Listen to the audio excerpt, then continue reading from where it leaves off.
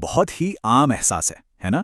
दिन भर की भागदौड़ के बाद जब सोने की कोशिश होती है तो दिमाग दिमाग है कि रुकने का नाम ही नहीं लेता। ख्याल एक के बाद एक आते ही चले जाते हैं। तो आज हम इसी के बारे में बात करने वाले हैं। तो सवाल यही है कि आखिर ऐसा होता क्यों है? मतलब क्यों वही दिमाग जो दिन में शांत रहता है, रात होते ही इतना एक्टिव हो जाता है? चलिए इस सवाल का जवाब ढूंढते हैं।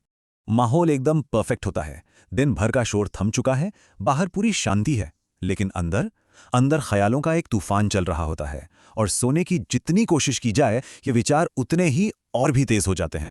ठीक है, तो चलिए इसमें थोड़ा और गहरा उतरते हैं और समझते हैं कि इसके पीछे का साइंटिफिक कारण क्या है। ये सिर्फ एक आदत नहीं है, इसके पीछे हमारे दिमाग का एक पूरा सिस्टम काम करता है। तो मिलिए डिफ़ॉल्ट मोड नेटवर्क यानी डीएमएन से।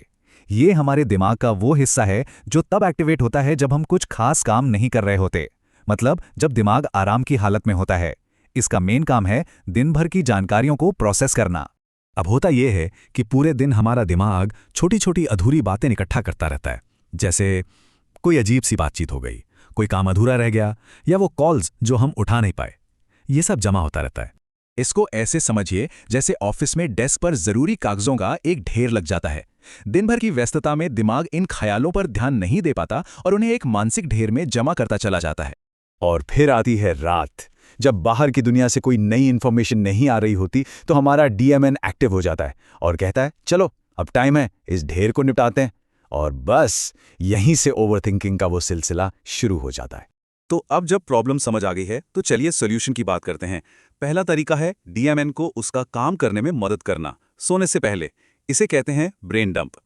सोने से बस थोड़ी देर पहले एक नोटबुक लेनी है और 3 बातें लिखनी है। आज क्या हुआ, कल क्या संभालना है और किन बातों को अब जाने देना है। देखिए, जब दिमाग को एक वजह और भविष्य का एक प्लान मिल जाता है तो वो उस विचार के बारे में सोचना बंद कर देता है।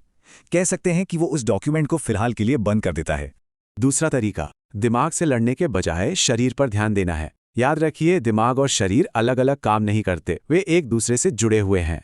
जब ओवरथिंकिंग होती है तो शरीर भी तनाव महसूस करता है, दिल की धड़कन बढ़ जाती है। अब दिमाग इसे खतरे का सिग्नल समझता है और ज़्यादा सोचने पर मजबूर करता है। इस चक्र को तोड़ने का तरीका है शरीर को यह संदेश देना कि सब सुरक्षित है। तो जब भी दिमाग में ख्यालों का तूफान आए, बस एक पल रुकना है, एक गहरी सांस लेनी है, शरीर की मसल्स को ढीला छोड़ना है और धीरे से खुद से कहना है, मैं अभी सुरक्षित हूं। ये छोटी सी लाइन वेगस नर्व को एक्टिवेट करती है, जो शरीर से दिमाग को शांति का सिग्नल भेजती है। और अब तीसरा और शायद सबसे ज़रूरी तरीका जो लंबे समय में काम आता है, ये हमारी सीखी हुई आदतों को बदलने के बारे में है। साइकोलॉजी में इसे स्टिमुलस कंट्रोल कहते हैं। इसका मतलब ये है कि अगर महीनों या सालों से बिस्तर पर लेटकर ओवरथिंकिंग हो रही है तो दिमाग ने बिस्तर को चिंता करने की जगह से जोड़ लिया है।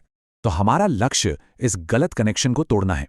हमें दिमाग को फिर से यह सिखाना है कि बिस्तर सिर्फ सोने के लिए है, सोचने के लिए नहीं। इसका एक बहुत सीधा सा नियम है, अगर बिस्तर पर लेटे हुए 15-20 मिनट हो गए हैं, नींद नहीं आ रही और ख्याल परेशान कर रहे हैं, तो उठ जाना है, कहीं और जाकर बैठें। बिस्तर पर वापस तभी आना है जब वाकई में नींद आ रही हो। तो बात सिर्फ विचारों से लड़ने की नहीं है, बल्कि स्मार्ट तरीके से काम करने की है। ये अपने दिमाग और शरीर को समझने और उन्हें आराम देने के लिए सही टूल्स देने के बारे में है। तो संक्षेप में, अपने विचारों को एक जर्नल में उतारें, अपने शरीर को सुरक्षित महसूस कराएं और अपने दिमाग को फिर से सिखाएं कि बिस्तर सिर्फ और सिर्फ सोने के लिए है। ये 3 रणनीतियां रातों को वापस पाने में मदद कर सकती हैं। तो अगली बार जब रात में दिमाग तेज चलने लगे तो इन तरीकों को आजमा कर देखा जा सकता है। जरा सोचिए, सिर्फ एक रात की आरामदायक और शांतिपूर्ण नींद आने वाले पूरे दिन को कितना बेहतर बना सकती है।